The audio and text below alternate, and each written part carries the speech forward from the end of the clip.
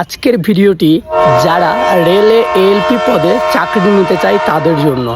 তো চলো ভিডিওটা শুরু করি। আর তুমি যদি চ্যানেলে নতুন থাকো তাহলে চ্যানেলটাকে অবশ্যই ফলো করবে, কারণ আমি তোমাদের চাকরির আপডেট এবং বিভিন্ন ধরনের মোটিভেশনাল ভিডিও নিয়ে আসি। তো আজকের যেটা চাকরির আপডেট সেটা হচ্ছে রেলের নিয়োগ। এর মধ্যে কারা কারা রেলের ফর্ম ফিল আপ করতে পারবে।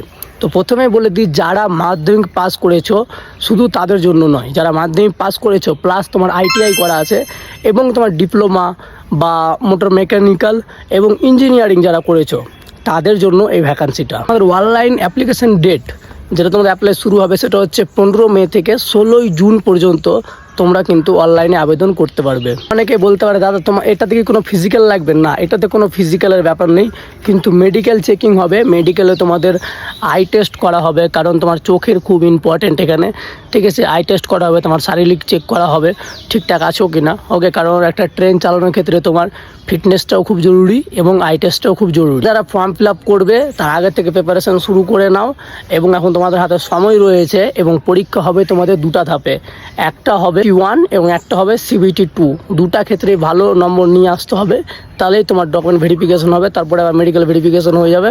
আর মেডিকেল ভেরিফিকেশন বলছি মেডিকেল হবে শরীরের, তারপরে তোমার সিলেকশন হয়ে যাবে। হাবিজাবি কিছুই নেই, বাস এটুকুই। যারা যারা ফর্ম অ্যাপ্লাই করতে চাও অবশ্যই কমেন্ট করে জানাবে। এবার কোনো কিছু যদি প্রবলেম থাকে তো আমাকে বলো, আমি তারপরে বলছি বাকিটা কমেন্টে।